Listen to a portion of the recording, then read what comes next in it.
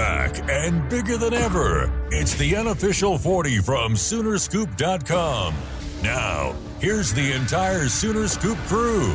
Carrie, Josh, Eddie, and Bob. All right, welcome back, everybody. It is another edition of the unofficial 40 podcast from Soonerscoop.com. We welcome in the entire gang. Josh, Eddie, Josh and I had a discussion about this. You have to introduce Josh now because apparently you can't say his last name. Excuse me? Apparently you have problems saying his last name. Josh McQuestion. That is Bob Prisbillo laughing hysterically in the background. Eddie Radosevich and Josh McQuestion joins us. I am Kerry Murdoch. And guys, I think today, of all the days that we've done the podcast, I feel like Tom Hanks standing up on the top step of the dugout in a league of their own saying, "We're gonna win." Because I think we're gonna have a football season. It was very welcome news today. Today feels like the first official step towards the start of the process. And we're obviously recording this after the NCAA Division I Council has voted to approve voluntary athletic activities for football, men's basketball, and what's WBB? Women's basketball? Yeah. Yes, WBB is women's basketball. I know what that means. Through June 1st and June 30th. And I mean, it's I guess two things have to happen now, guys, right? It's going to be what the Big 12 Conference does and when they vote to allow students back onto campus, and then it goes to the individual universities, and it kind of leaves Oklahoma specifically in what I think is kind of an interesting position, with what Lincoln Riley has said, it as well as Joe Castiglione, and that there is no hurry to get anybody back to campus. We're going to win. We're going to win! There's the coronavirus. And he hit him with the glove. Stillwell Angel would be a perfect embodiment of the coronavirus. Just a total punk ass. Just a bitch. Two key things here. A, I'm willing to bet Eddie's never seen that movie, and B, that was the date that was the movie I saw on my very first date when I was a kid. You mean I was like 12, when you were 13. going with someone? Yeah, like the first time I went, like me and a girl went to a movie. We went to see A League of Their Own. I think mine was the movie Silver Bullet with Gary Busey. And one of the Coreys. That's a fair thing. Like, there should be tests on that because the Coreys are wildly confusing to me. I can never one's keep dead. That straight. Corey Feldman is dead, but Corey Feldman. Corey Feldman is the one that should have died. And Corey Feldman's the one with that crazy doc that came out recently. I'm not watching. I don't care. I will watch Joe Exotic 5 times before I watch that. What movie? There's a documentary that Corey Feldman came out with, I guess, apparently. About him. Wikipedia says Corey Feldman is alive. No, Corey Haim is dead. I said Corey not Feldman is dead. Gotcha. Okay. Yeah. Because he's still doing that weird shit with his hair. Oh, it was the 80s. I'm sure they were just about everything, guys. Getting that smack? Oh, they were into pretty much everything. Yeah. Heroin, coke, whatever. It was the 80s, like Josh said. Even Robert Downey Jr. was a junkie in the 80s. I was never older than 8 in the 80s, and I got my hands on some good stuff. So, whatever. Oh, see, Eddie, you're not the only one with the checkered past. I don't have a checkered past. I don't think that I have put a checkered present. In my arm. What? You have a checkered present? Is that what you're trying to say? Not with doing smack or meth. Anyway. Sometimes I kind of think that I should.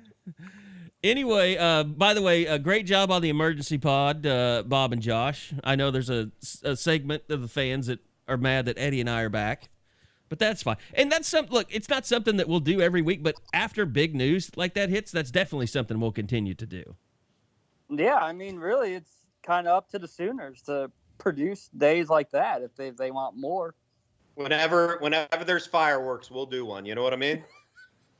Yeah, Bob brings up a good point. If you're mad about not more recruiting podcasts, yell at the coaches. They need to land more 5-stars, and then boom, we'll have more podcasts. I mean, it's a simple cycle.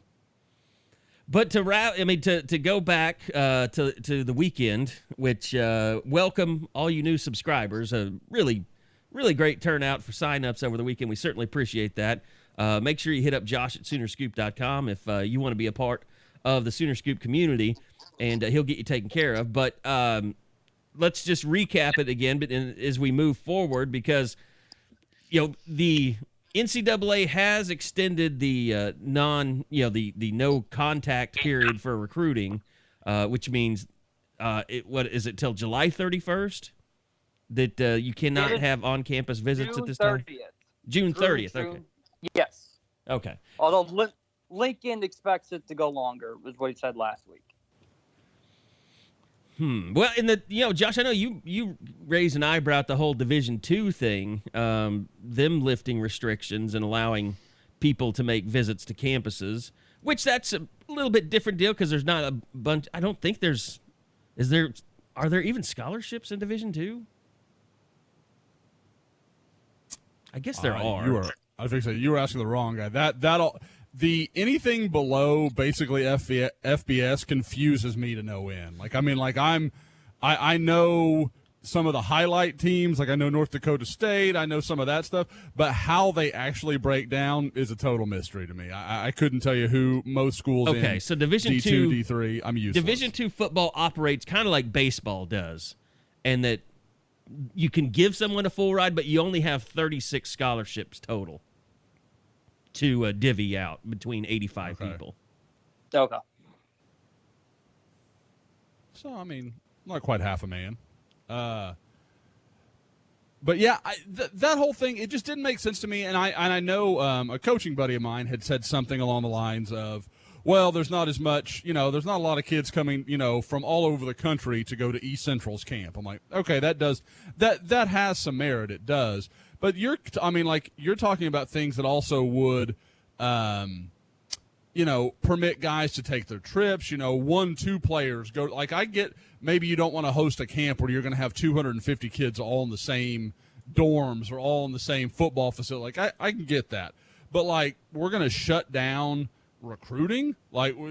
Kids can't come with their, them and their 2 parents, or, 5 or 6 guys at a time can't show up. That to me, to differentiate that from one level to the other, that just doesn't make sense to me. That feels like something that, it feels like a weather balloon to me. Like, they're going to run it up there in Division II because it's not going to get a lot of attention, and then they can kind of see what the reaction is and then move forward from there. I think it's kind of like, what we saw with the OSSAA releasing their guidelines for players returning to work out and get, individual or instruction team. I think when more colleges start coming up with their plans about how they handle, testing people, whether it's temperature, not letting people on campus with over 100.4 degree temperature, when all that stuff starts getting into place and teams have the personnel to, enact those types of standards and rules, then I think you'll see it open up pretty quickly for people to be able to come to campus. Recruit wise, that's my guess. Is the next shoe to drop basically for the Big 12 and what their decision is, and then OU reacts to that?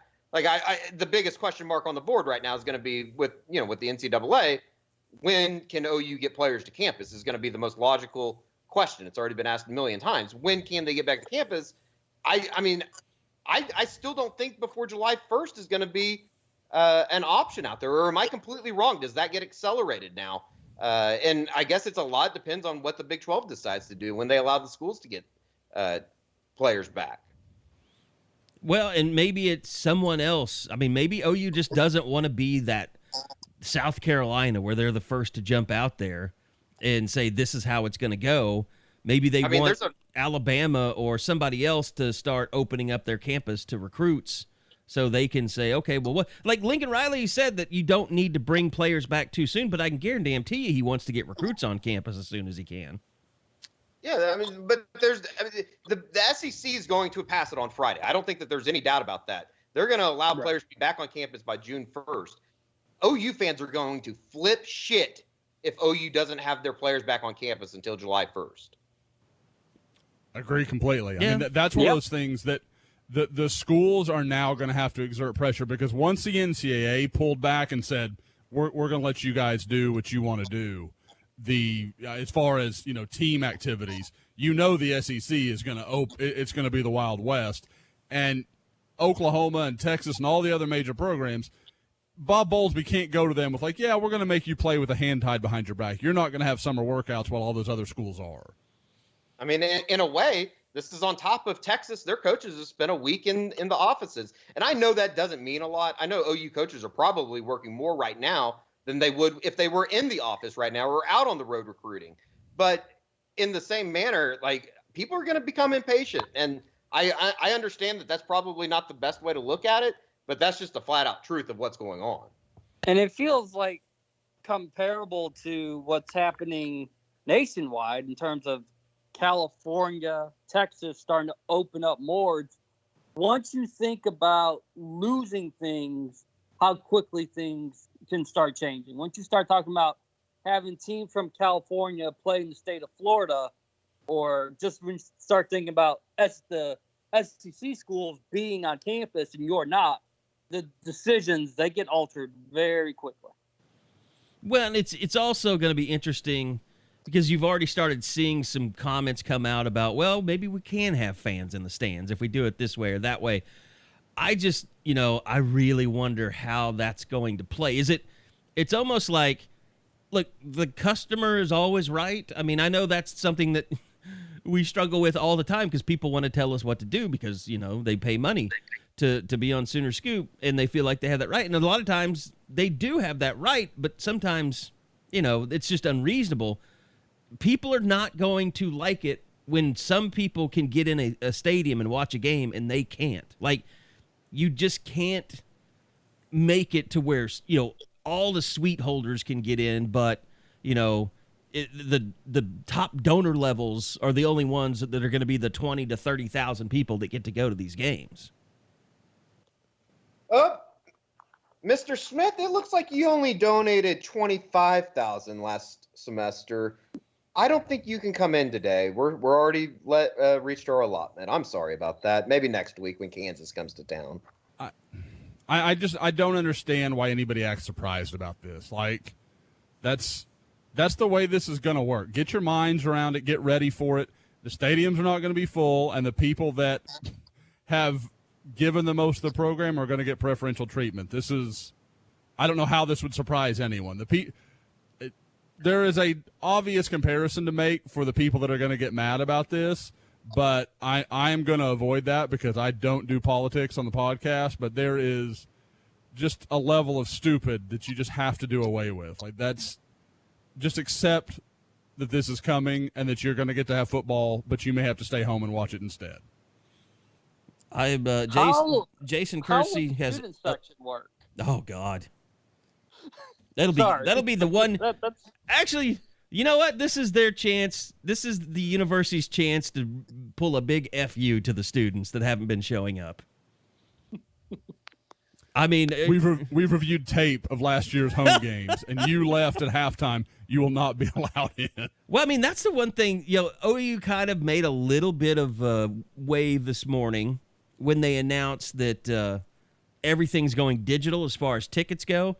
Which there is a wonderful thread going on the Twitter that Jason Kersey has pointed out to us, where people are already bitching about that because they usually leave. One guy's like, I usually leave tickets underneath my mat for friends to pick up. How's that going to work? And the OU is like, sir, you can share them through the app. And then it turned into app my ass. That's got to be a troll. That guy's already blocked me on Twitter. I'm proud to say that. He's an idiot. So then the guy says, so what, a dead phone equals lost tickets? Yeah, dead phone equals lost a lot of things. Yeah. That's a dead phone when you need it. Get yourself an anchor. About That's $40 like on that's Amazon. like I'm saying, surprised that oh, this so I hasn't can't fly on a plane if I lost my wallet? No, you can't. Are you telling me I can't go to Europe without a passport? Oh, this is America. Well, you're leaving America, sir.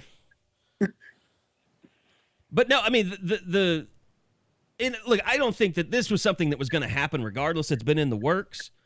But it does, it makes you feel like, oh, well, they're announcing this revamp of the ticket system. It seems like they're preparing for us to go to games. I mean, I think that's how most people take it. Anybody that isn't right now is kind of stupid. But I don't expect fans to be in the stadium. I did not read the story yet, but anyone read about the Buckeyes saying they think they could get 20 to 30,000? Oh, Exactly I think that was how they want to like block it off or mark it off. No, that was Bob. That's just Gene Smith running his mouth and doesn't know what he's talking about. I think that's basically what it is. It's May 20th. Like, I don't know how they can even expect to start the process of thinking that they're going to only allow 20 to 30,000 fans in. It's just somebody running their mouth in a position of power, and then it gets spread across the internet like a wildfire because people have nothing else better to do than to rewrite it and to plaster it all over and retweet it. And honestly, I'm so sick of this shit. Every day somebody says something. I've been sick of it from the beginning, but I mean, like, I'm just numb to it now. Because it's just what you're right. Eddie, you and I both railed on this a lot. I mean, I'm so numb to it. I don't even care.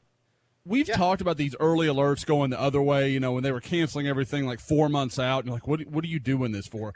And I certainly get it from that perspective, but I don't know what data they lack or what they would need to know. Like, okay, this is feasible. This is not feasible. Like, and again, I'm with Bob. I haven't read that story. I don't know exactly what Gene Smith said, but just on the broad strokes of 20 to 30,000 people, that sounds vaguely like what has been deemed, like, okay, we can keep these people this distance. They're going to be 3 people in a row instead of 10 people in a row. I mean, you're just doing simple math at that point. It's not that complicated to figure that out. But obviously, you've got to figure out how you're going to get everybody in so you don't have big lines and those sort of things.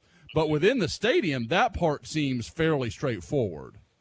I think I'm sure people. There are plenty of smart people at OU, Joe Castiglione, Zach Selman, that can figure this out. But like, that's the other danger to me too. Like, how many people are just going to say, like, I would assume OU is going to give the people the option of either continuing to support the Sooner Club or getting a refund for their tickets. I don't know how that's going to work, and I'm sure they don't know at this point. But like, if that to me is a danger too, because then if you're an athletic department, I just think of it from a business perspective. Like, if you start letting in a third of your season ticket holders, or do you tell them like, okay, you get this many games and you get this many, like you can only come to 3 games, and then this person can come to 3 games. And, but if you do that, the people that don't get tickets, won't they want all their money back from the Sooner Club? Even their donations? Like, how much money are you going to lose if you do it that way? I would think there would be a lot of them, especially the ones that are, basically paying through companies that probably can't afford it right now. Yeah. They're going to want something out of it. I should note too that Gene Smith did answer the $1 million question during that same interview session, that players would not be wearing masks underneath their face masks on the field. Yeah, that's a weird story. It's like, really? You're gonna that was a thing? No, there's a story about how the NFL is working with like 3M to have some type of a mask element under their helmets. Yeah, I read that. Look, that's not the dumbest thing that's come out today. The dumbest thing that's come out today is the governor of Pennsylvania being mad that Ben Roethlisberger got a haircut. Oh, boy. I mean, Jesus. I mean, and I feel so bad because I like Brooke Pryor. I like her husband. They're good people. But for her to have to put her name on that story, like, I know she had to write it and ESPN had to run it, but my God, what are we doing? What are we doing? I 100% agree. He got a goddamn haircut. And a shave. Don't forget the shave. Well, a beard trimming and a haircut.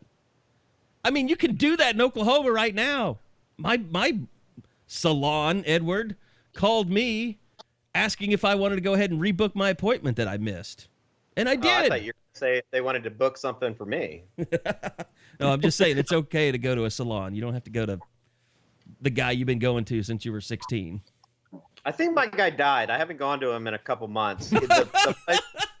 No, I'm serious. The place that I went to for about 20 years, literally 20 years, I drove up one day and it was just gone. There's no sign, nothing. We might have just retired if he was that old. He's battling cancer on and off. Kind of a sad story. No. I probably need to find out, but maybe he listens to the podcast and he'll call me and let me know. But yeah, it was just gone one day. So then I had to go to Knockouts, and I'm currently growing a mullet anyways. I'm not doing the hair thing. So maybe the next time you guys see me, I'll have a badass mullet. Yeah. We can only hope. But yeah, of all the stupid crap that we've had to endure and all this stupid, that's why I'm numb to it, is because someone is outraged that Ben Roethlisberger got a haircut. It's just shut up. And that's not directed to Brooke, but just, I guess the governor should have shut up. I think all 50 governors should shut up. Every one of them. Yeah, I mean, I'm fine with how things are going. I'm not shaming anyone for standing in line at a bar or standing too close to anybody else. You want to do that, you go do that. I'm not going to do that, but you can do that. Yeah, I'm not doing the bar thing yet, but I went out and ate over the weekend. It was delicious. Had a lovely meal. It was good to be out. It was weird to be out, but all things considered, on May 20th, I feel extremely positive, not only about the fact of college football, but it's crazy to think that kids are going to even be on campus. 2 months ago, I don't know if I was in necessarily this right state. I mean, I think even a month ago, I probably would have told you I don't think that there's going to be a season. But, I mean, shit, I'm almost hopeful that there's going to be an Army game. We'll see. I don't know if I'm there yet thinking that they're going to play, but it seems like everything's moving in the right direction. Yeah, of all the places, I can't see Army allowing just random people on their campus. Yeah, that's a tough one. Now, you say that, Kerry, and they are having graduation next month. Are like they? 1,000 cadets on campus. That's a pretty big deal, though. I mean, that's bigger than a football game. Oh no, I agree. I mean, you could argue that might be graduation from the academy is probably top 10 things that would happen in a year. Covering the third quarter against Army, Spencer Rattler, first Red Star. That's not I'd say that's comparable. I don't know about you guys, but I mean, it'd be a big deal if it was like the Naval Academy, but Army, whatever. Wow, it's a school. I think Josh is biased on this one.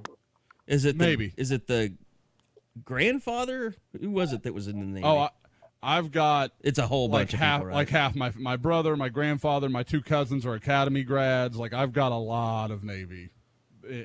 So like before you piss off, most of the listening audience, you have a lot that have served in the Navy. It's not a yes. disrespect toward America type thing. Because I'm a sports guy, I kind of forget one of the general rules. Like Army Navy, you really only talk shit on the day of, or the week of at least. Mm-hmm. I mean, I'm doing it in the summer, but you know what? I need some sports trash talk in my life right now. So get mad at me, come at me. Nothing but love for the troops. Nothing but love for the troops. You're gonna get us a bunch of 1-star ratings is what you're gonna do. Yeah, but let's get some Army Navy trash talk going now. Let's just let it happen right here on the Sooner Scoop Pod. Makes all the sense in the world. So we didn't really rehash the weekend and what came out. We started talking about kind of just recruits on campus and things like that. But very notable that Mario Williams and Clayton Smith commit. But also I think a little bit perplexing in that kids doing this without visiting. It's great, but at the same time, I think everyone wonders, okay, when things do open back up, how much are there going to be like happy feet for people to take their visits and kind of will their recruiting process kind of reboot, if you will? I think to some degree you'll see that. I mean, with Mario Williams, it makes sense to me because he's a Florida guy. I mean, they're just like Florida guys, their recruiting tends to get a little crazy just for a variety of reasons. But when you look around, I mean, he's not a guy that has been all over the country. I mean, like since November, I know of 2 unofficial visits he's taken, one to Alabama and one to Florida. So it's not like he's gotten out all over the country. Now, might he use some of his official visits? Sure, that's possible. But at the same time, you would think any unofficial he's going to use would probably be to Oklahoma. So maybe Oklahoma gets 2 trips and everybody else gets 1. I mean, whatever the case may be, I like where OU is in that situation. The one that's interesting to me is Clayton Smith. I know Clayton told our guy, Sam Spiegelman, that he was, he knew since like last June or July that he was going to go to Oklahoma. And, there was all these things. That never really added up to what I was hearing. I don't, and I certainly don't mean to say, oh, Clayton's, lying, or it's not that. It's just I had heard he had a real special feeling about Texas, and I can't help but wonder that if Texas can get themselves together and look good on the field, does that let Texas kind of back in the door? I don't know. We'll see what happens, because there are some that think Texas just kind of moved on from him. They think the Derek Harris kid that Texas has committed from New Caney is a fairly comparable player, and Texas just said, okay, we need to use our scholarships elsewhere. I'm not sure which of those is the truth, but if it's not Texas, I think OU's fine on Clayton Smith. But if Texas wants to make a run and they play some good football this fall, that could get interesting. Mario Williams, like I said, I think he'd take some trips, but if Oklahoma can land Caleb Williams, I just struggle to think that's going to be a huge problem for them. I think they can hang on to him. But in general, yeah, there's going to be some chaos. All these commitments that came into all these schools, and, I include Oklahoma in that, there's going to be some movement and shakes. There's no doubt.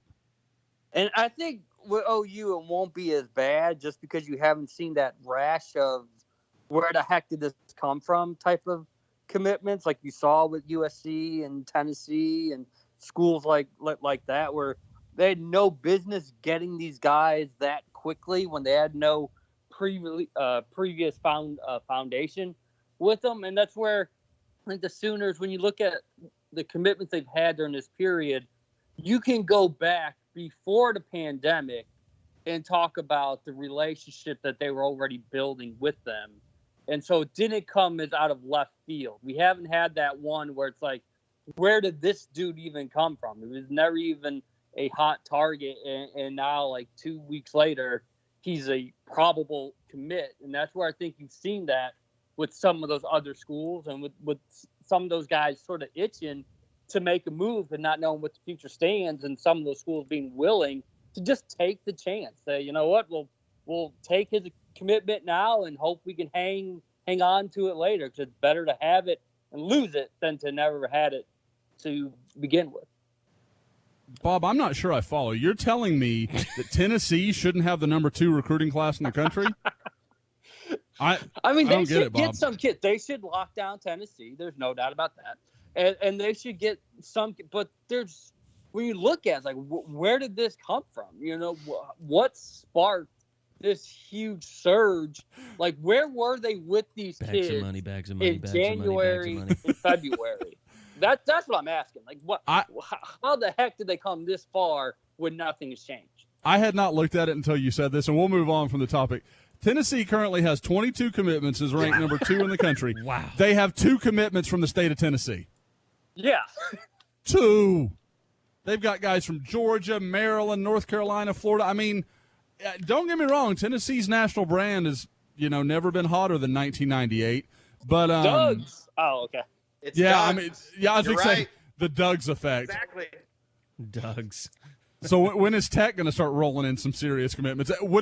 It'd be amazing if, like, Bryce Foster committed to Texas Tech tomorrow. I know OU fans don't agree, but that would feed the whole story. Like, just recruits just follow Doug's all over the country. What if Doug's goes to Maryland next? Okay. By the way, wow, that's too far, Kerry. You went too far with it. Well, I mean, let me ask you, what is Tulia Tagovailoa? Does that pretty much tell us everything we need to know about, even though we've been saying for a while that we think OU leads with Caleb Williams. I know I think Bob or Eddie had pointed out that they were looking at his follows recently. It screams OU commit just by who he's following. It feels like the worst kept secret in the country. I think that's just the most simple way to say it. And Maryland fans have turned on Williams too. That's true. The breaking news there is that Maryland has football fans.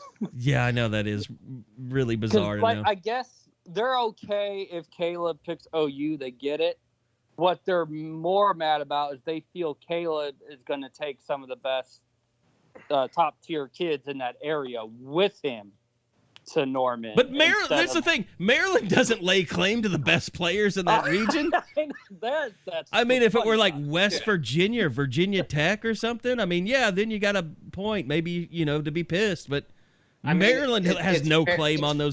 Maryland football. Who cares? I know. They beat Texas twice. They beat Texas twice, and they have one of the greatest lines in any movie ever. Crab cakes in football. That's it. That's all that Maryland has. So, okay, guys, the last 10 follows for Caleb Williams. Tommy Hill, a safety that has recently put Oklahoma in his final 5 or 6. Sean Murphy, Damond Harmon, one of OU's defensive back offers.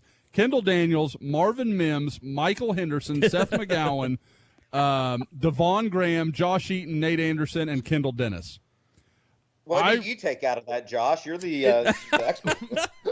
Well, thank you, Eddie. You want to leave the heavy lifting to the recruiting experts. But, no, I did leave out Arian Smith, the wide receiver at the University of Georgia. He is the one guy that isn't a screaming let's put it this way. He's the one guy that I don't also follow. So, crazier things have happened. Things can change. Oklahoma is in a very, very, very, very good spot with Caleb Williams. What's interesting to me at this point is we're hearing all this 4th of July talk, and I think, we've all heard some conversations this week that's kind of what seems to be kind of earmarked at this point. Does he really wait that long if there is a chance to start if you start seeing other guys getting down to their final 3, final 2, does he want to run the risk of that guy might go somewhere else because he's not sure what I'm doing? Now, privately, I'm pretty sure Caleb Williams is not being as coy as he is publicly. I mean, and we've just discussed how coy he's being publicly. So, privately, it may be even more clear. But what we know is, high school kids know that, I'm fickle, you're fickle, everybody does kind of their own thing. Are they really going to trust Caleb Williams? Like, I'm going to pick that school and then see what you do. I think it's pretty clear Mario Williams has that trust, but do a lot of other guys? We'll kind of have to see how that plays. Yeah, and I mean, we've all been saying, like, why wait? Why? And I assume, and we all assumed it was kind of he's locked into his digest or his diary or whatever that he's been doing. But yeah, I just almost think the kid just needs to come out there because it's to the point where no one's gonna be surprised. Like that's the thing. If he wanted to do July 4th and all that stuff, that's totally fine. And I think that's what the hot dog emoji has been about the entire time. Because what's more American than a hot dog on July 4th? But the way he's gone about it, because he's so active on social media, he hasn't left any room for interpretation. And he's working out with an OU football shirt on with other quarterbacks, and this isn't Gunnar Kiel. Silent for 2-3 weeks, then okay, there's some drama, there's some intrigue, but the way he acts just makes you think why? I know you wanted to wait, but at this point, why? And people that would kind of want why are you guys talking about the timeline? To put it in perspective, 9 of the 10 top 10 pro style quarterbacks in the country are committed. 7 of the top 10 dual threat quarterbacks in the country are committed. Quarterbacks just commit early. I mean, some of these guys, Sam Ward has been committed to Washington for almost 2 years now. Some of these guys have been committed for a really long time. And then you get, a situation like this. Well, like I said, and I do want to be clear about one thing. Somebody asked me on the board today, who would you compare Caleb to as a recruiter, like as a player? Who's had this much impact?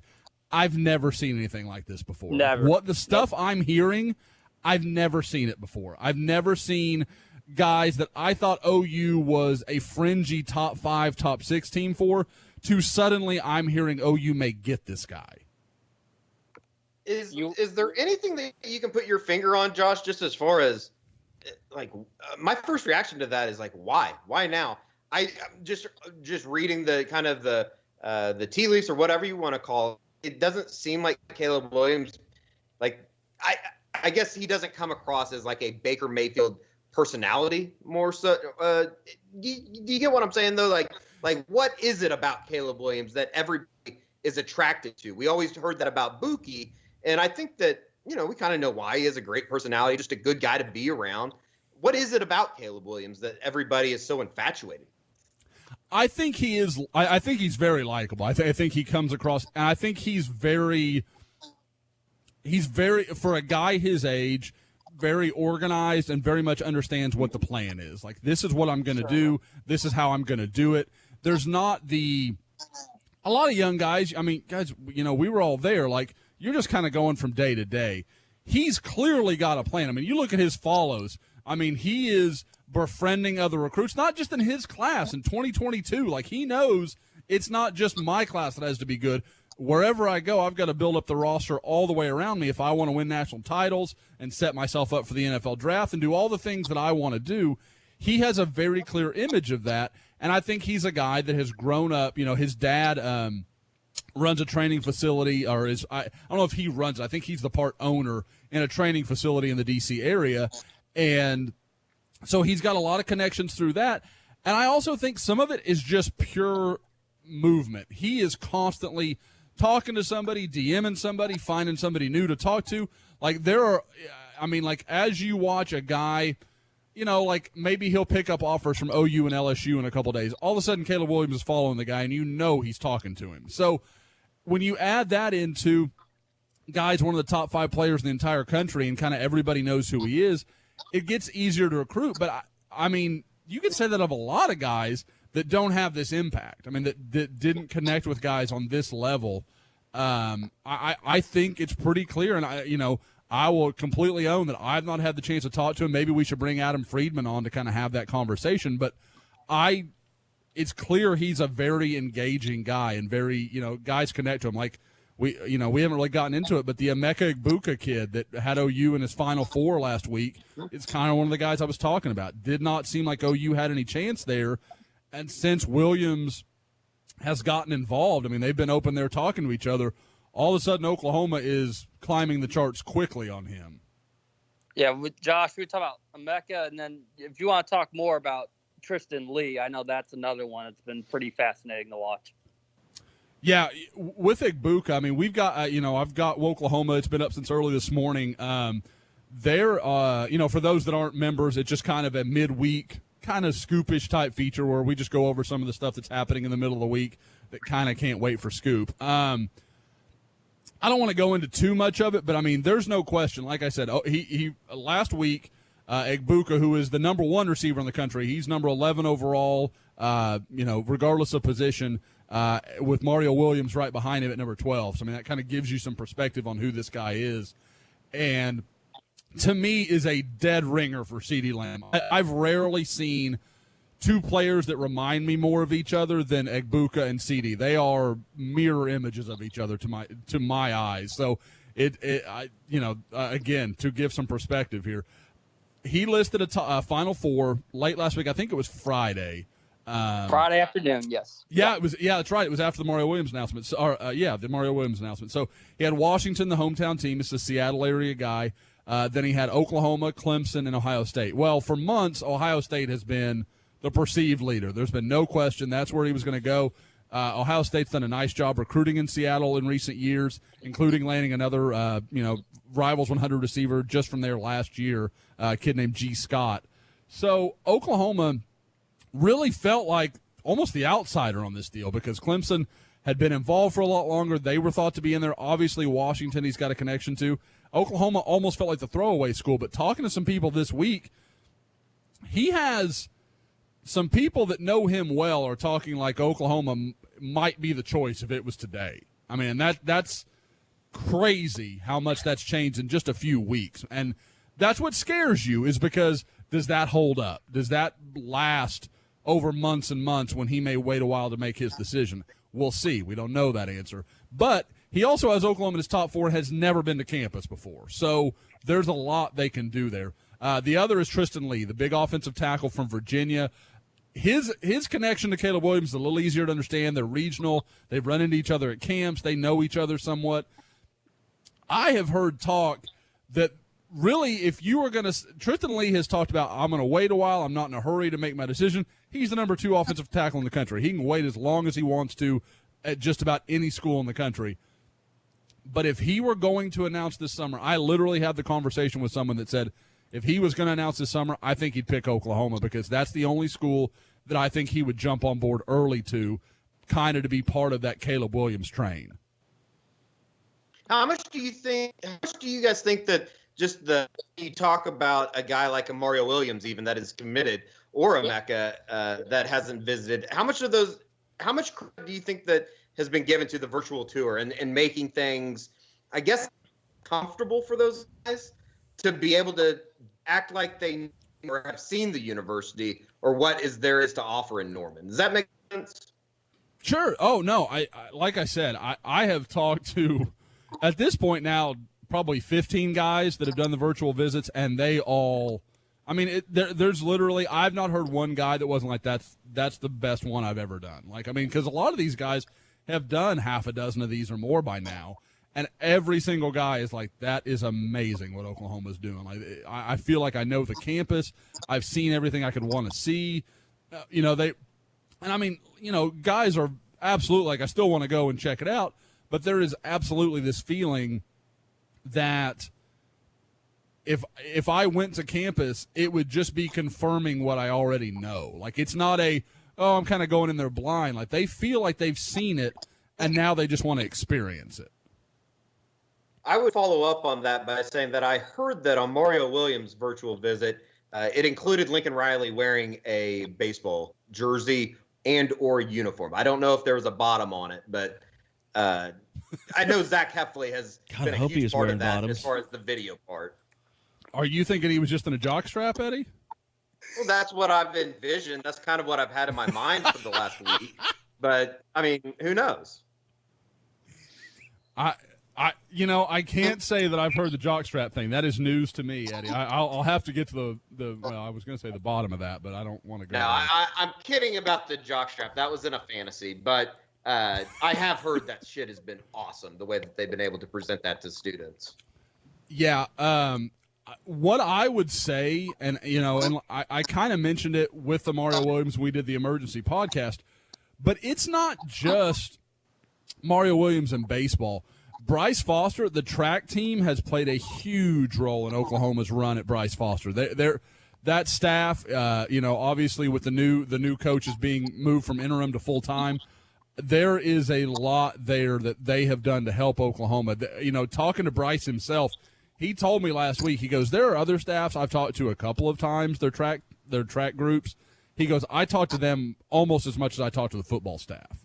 So Oklahoma is doing a really good job putting a concerted effort together for these multi-sport athletes. It's kind of interesting, too, because that's not something that I necessarily – like, even going into the high school ranks, and I'll put up a Q&A that I had with Skip Johnson this morning. Like, you even go into the high school ranks, and you'll have coaches battling for guys. So to see that happen at the college level is a little bit unique in a way. Absolutely. I mean, like, you see all the time, whether it's, and there's two ways. You'll see guys that are like, well, we need you to focus on basketball. And then you see the coaches that are like, oh, this guy was a multi-sport athlete, and, Michael Jordan played football in high school, that kind of thing. So you get two very different sides to that argument. But in college, I mean, that's going to be tough, and I've talked to Bryce Foster about, how he would work that out. And he even mentioned, maybe my first year I wouldn't do it, or, what, like, there's some hills they would have to climb to kind of make it work. But I mean, it's clear both programs are more than willing to try to get guys this talented on campus. Well, and there hasn't been a whole lot of that. You had Kevin Book out, that was a world-class discus thrower, wasn't it? And like he kind of had to wait for his basketball career to get over so he could really focus on that. And I think he had that injury, that shoulder injury, that kind of set him back too. But yeah, it's just tough for everybody. I mean, it was Cody Thomas was clearly not the Cody Thomas and that he was. And there was a really good article in The Athletic talking about kind of this was about a month and a half ago or so, just talking about how difficult that was for him trying to do both. And we know Kyler was kind of up and down a little bit, and heck, go back to Brandon Jones. He really had a tough time with it, trying to play both. It's kind of going to be funny looking back on it, but I don't think that, and somebody even mentioned this on the message board, I think it was today even, I don't think that we credit Kyler Murray enough with what he was able to pull off in about let's call it a 400-day span there, as far as going back and forth from OU, from football to baseball, and then, competing through the spring, and even excelling to an extent on the baseball field as much as he did. I don't think people realize like how long the layoff was for him since he had played high school baseball, and then for the way that he was able to perform on the football field. Like, we'll look back on it in 20 years, I think, and marvel at it even more so than we do now. Yeah, I mean, it was and I think that the thing that it kind of sucks is that he was backed up against Baker, and he did play the 1 year, but I don't know. I almost think after 1 year, like Kyler's going to be the one that has the better pro career than Baker, even though Baker could be great. I mean, yeah, the way. Murray's ability to throw the deep ball, and I know that it's kind of the sexy thing to talk about because I saw a video today, so it's right in the front of my brain. Or is it in the back of the brain? Either or. He can throw the shit out of the ball. There is no doubt about that. I don't think I even realized how well Kyler throws the deep ball. Yeah, and that was the thing about, Hurts. It was like he at least wasn't embarrassing with his velocity or how he threw the football, but he wasn't Kyler or Baker. That is the most glowing compliment Jalen Hurts has gotten. Yes, finally, we gave Jalen Hurts a compliment. And the quote was, he wasn't embarrassing. Let's change subjects then. That's too much positivity. We're done here. By the way, Josh, anything other major? By the way, I want to congratulate you. You included one of my favorite interviews of all time in your Oklahoma today, Brian Jackson, who is one of my favorites because when he found out they were going to the Sun Bowl back in 2009, he was very honest about how scared he was to go to El Paso because there were all kinds of it was like Breaking Bad, heads on turtles back in those days. The cartel was really like coming across the border and doing hits and shit. I mean, it was insane at that period. And it's probably, I don't know how it is now, but even Eddie was a little afraid of being around the border at times back in those days.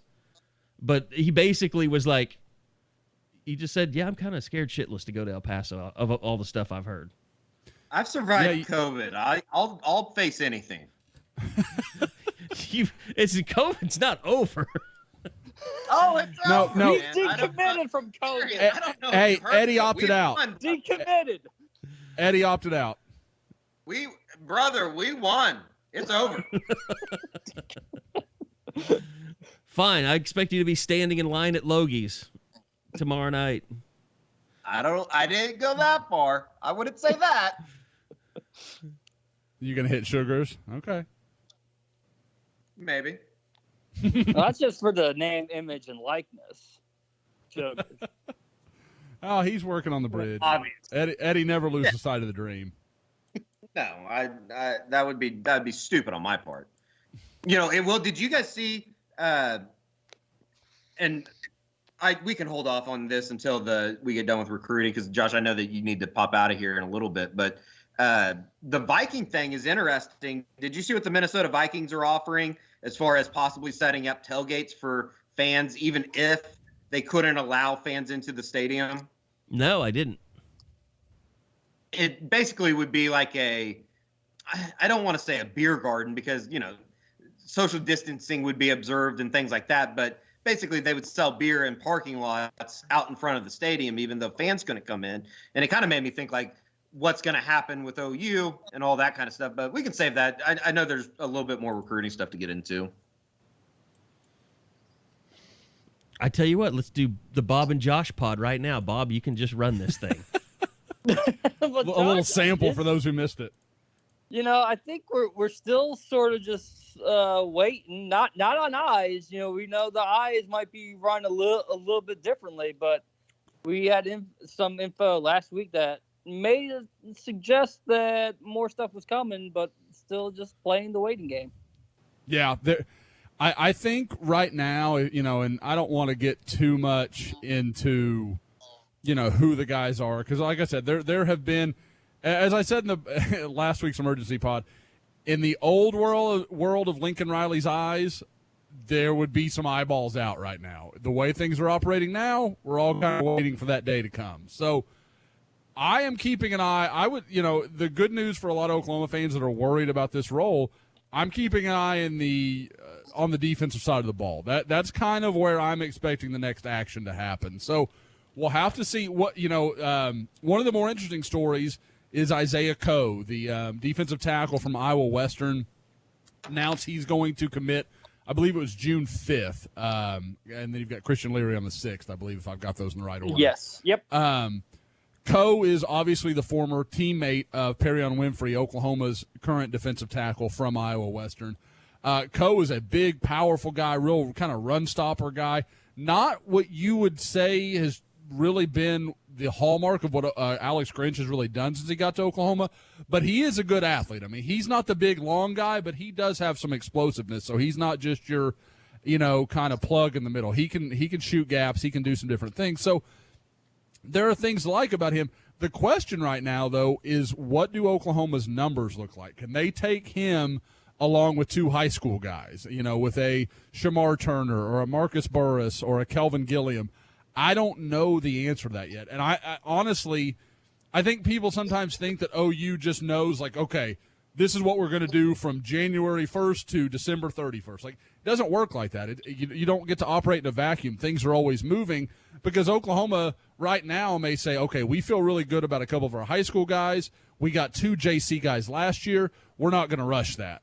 But a week from now, as you get closer to Coe's announcement, they may feel like, okay, we're kind of slipping with this high school guy that we thought we were in good shape with. Maybe we should take Coe and kind of have those numbers in place so that we're not left, kind of holding the bag after Coe announces for some other school.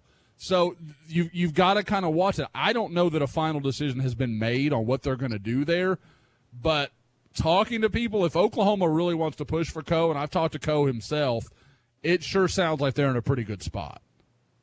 Is that one of the unintended consequences of not having spring football? Like, you couldn't gauge the development of some of your guys, so you couldn't know fully how to attack the recruiting trail. Like, if I'm not saying this is a guy that sucks, but if Corey Roberson doesn't develop, doesn't that entice you more to go after a tackle? Where if Corey ends up becoming a huge star, maybe you're not looking in that direction as hard as you might be otherwise.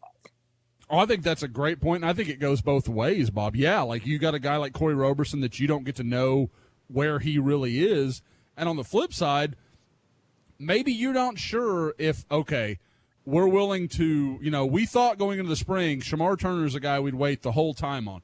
But maybe in a perfect world, you had gotten to go to all the spring practices of Kelvin Gilliam and Marcus Burris, and one of those guys really came along, and you said, you know what, we'll take him, and we're not going to worry about waiting for Shemar Turner or whatever else we feel like we want to do. We know we like him enough. So that is, they're having to assume a lot of things based on information they would normally have, but just don't right now.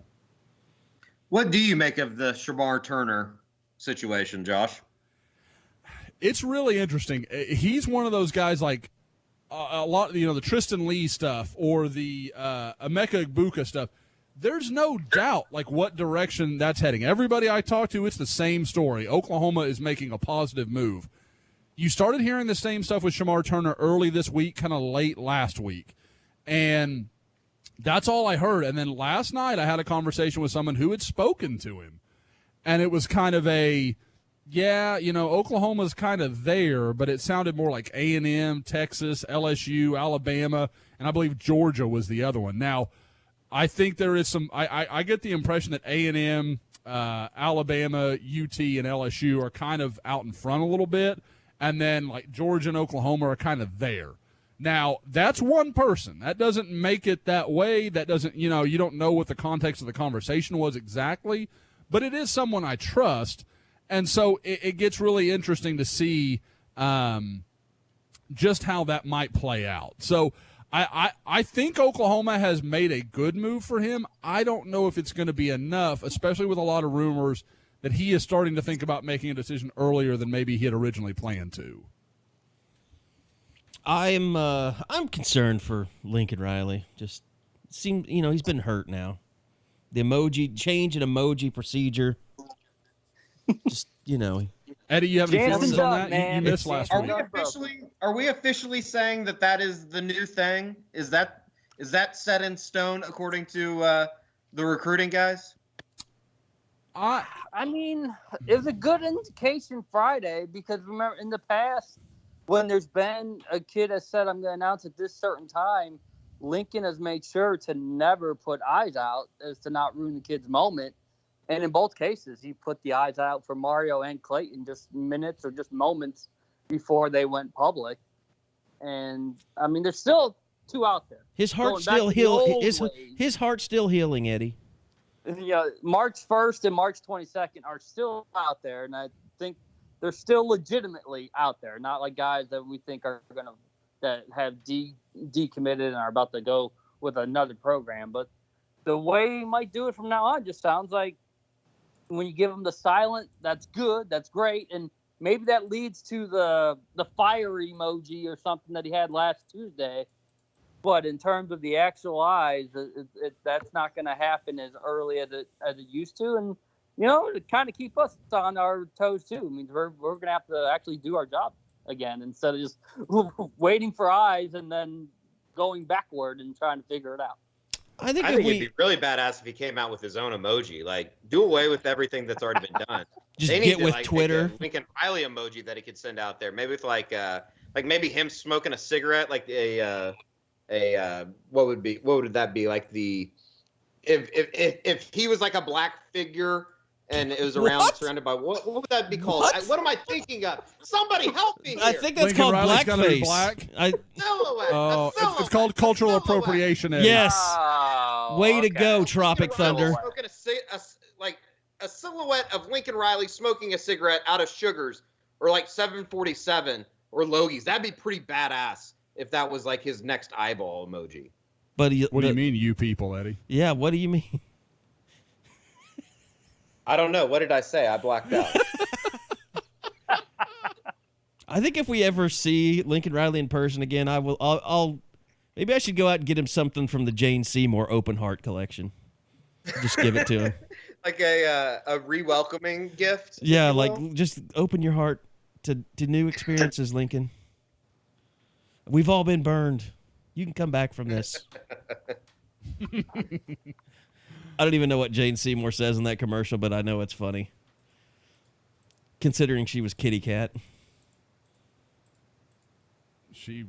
That's two Wedding Crasher shout-outs in one pod. How about that? One pod for two Wedding Crasher moments.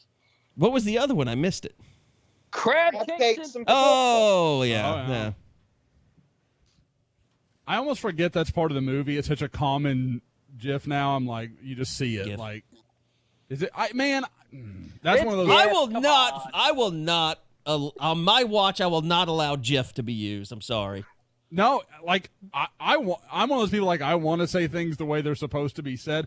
I can't keep it straight in my head. The inventor of the GIF says it's GIF, but you know what? Screw him. Nope, it's GIF. Yeah. I only recognize GIF. GIF just is a black. GIF so is the in my sentence I just pantry. said was just it's a black hole. You didn't even hear the word. No, it's mini trigger. I'll admit. I just don't like it. I don't like GIF. That's Fair. peanut butter. God, I mean, it's just been so crazy. I mean, just with recruiting and a lot of interest and things like that. And now it does seem like we're starting to get more and more coming in on reopening, and it's going to be interesting seeing the golf stuff this weekend. I did watch some of the NASCAR. I was watching the iRacing when it was going on, so of course I was going to watch regular NASCAR. The ratings definitely reflected that. I think that they welcomed in an audience that they never expected in a million years. By the way, Bob, any real issues with the ending of Last Dance? My only issue is, as much as they kind of Earmuffs, Scottie kids. Pippen's worst moments, they didn't show his best. When he tells Karl Malone the mailman doesn't deliver on Sundays, and Malone bricks 2 free throws, that was awesome. That was a moment that should have been discussed.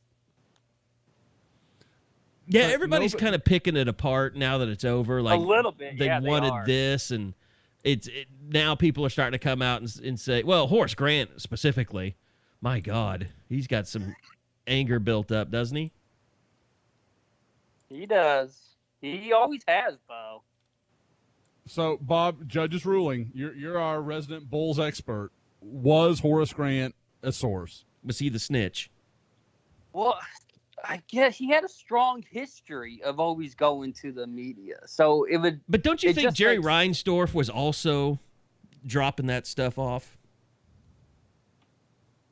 That was his only way to get back at Jordan for being such a dick to him. It seemed like that whole thing was just everybody was stabbing each other in the back. Like I think everybody was involved. It seemed like. Is it amazing to anyone else that team had all the success it did with all the damn drama in the background? Like, and it makes you wonder, were the Celtics of the 60s, was Bill Russell, constantly at odds with, Red Auerbach, or And what? how did they do it with all the media coverage, too? Yeah. All the distractions of the media to deal with all the time. I think the Warriors would be fascinating with Draymond and Durant. I Sure. think that could have the same type of and the scrutiny with the media there too. But would anybody be likable in that documentary? Maybe, I think Steph Curry's pretty likable. Yeah, I think the lens of Curry, and you talk about these other guys. Klay Thompson, he would be the mystery to me. You might find out he's a really nice guy. You might find out he's a big old douche because his dad certainly runs his mouth. I think it's probably somewhere in between on him, Kerry. I think he's might be a little bit of a douche, but I bet he's probably a pretty good guy. He's always kind of come across to me as somebody that would be pretty cool to kick it with. Yeah, I could see it either way. Yeah, I just don't no, really for sure. know. That's the one thing that I just kept thinking about, even through maybe all 10 episodes, the way that team worked and the way that just everything was back then, seeing how it would be in 2020 is just, I don't think it could have happened. I guess that's probably my final answer. I don't think that it could have happened the way that it did. I don't think that they would have been able to coexist with as much toxicity that was in that locker room in 2020. That's all people would talk about. Let me ask you guys Horace this. Grant said this. Michael Jordan said this, or whatever. Yeah. And it was always constantly, can you comment on this comment about you or that somebody else said or whatever? Let me ask you guys this. If there is a period of OU football, it doesn't have to be Stoops, but if there's a period of OU football you would love to see a 10-part documentary on that covered, years, if you will, or a season. It could be one season, whatever. It wouldn't have to be 10 parts, but what would that period in OU football be? Oh, man, anything that involves Barry Switzer. I don't know about you guys, but that would be just probably because I wasn't mostly alive for any of it. I would love to go back to the mid-'80s and see what that thing was like. What do you guys think? Yeah, I would have to think if you're talking that era from 78 to 86, or maybe not even that long. Like maybe like 81 to 88. Like where it kind of looked like he was in trouble. Look, if you came back, if you had took the Bosworth, the whole thing. If you started with Troy Aikman arriving at the University of Oklahoma and finished with Barry Switzer forced retiring, I think that might be the best document, because you'd have the Boz, you'd have Jamel Holloway taking over for Aikman. You're winning a national championship. You have the gun, the Uzi, Buster Rhymes, what's his name, Jerry Parks, all that stuff. It'd be a sad way to end a documentary, but I think that might be the best, most gripping era of OU football. You couldn't go 10 episodes, but Schnellenberger, I would love to watch. Not 10 episodes worth of that. What if you just did it like you did a post-Switzer football, where you had like, you wrap up to the end of Gibbs, then you have the hiring of Schnellenberger, the 1-year disaster, on into Blake, and just, because there's got to be some, if you were a fly on the wall, you had to see some just ridiculous stuff during the John Blake era. The 4-year run of Schnellenberger and Blake could be amazing. You'd be talking to guys like Rex Ryan. I mean, I bet there would be some pretty good juice in there. Well, well, Dick Winder's gone. He's passed away. But what's his name? Quarterback guy. Why am I forgetting his name? Joe Dickinson. Joe Dickinson. Yep. He would be a fascinating character. And the whole Steve Owens to Joe Castiglione transfer of power would be kind of interesting. To be honest, that's a time period that I think a lot of people would just rather forget. Yeah, I don't need a documentary about that. I can understand that. It would be like a bunch of OSU and Texas fans just watching the train wreck that was Oklahoma for those 4 years. Well, what I'm saying, yeah, but that would be, it wouldn't be so OU fan centric, but I think it would be more gripping to people outside of Oklahoma. Just to see that don't know OU as anything except the national title contender. Shit, it'd be a lot of the recruits that they're going out and trying to recruit now, and current players that just weren't alive for any of that. It'd be all of them. Yeah, nowadays they weren't even live for the national championship. Oh yeah, I remember one of my first old moments was when I realized that the kids that OU was recruiting, that more specifically Josh Heupel was recruiting, didn't even know that he played at OU. Yeah, I could see that. Oh, I can tell you there are kids that I have talked to that were very clear that DeMarco Murray played football for the Cowboys and the Eagles, but weren't overly aware of where he played college football.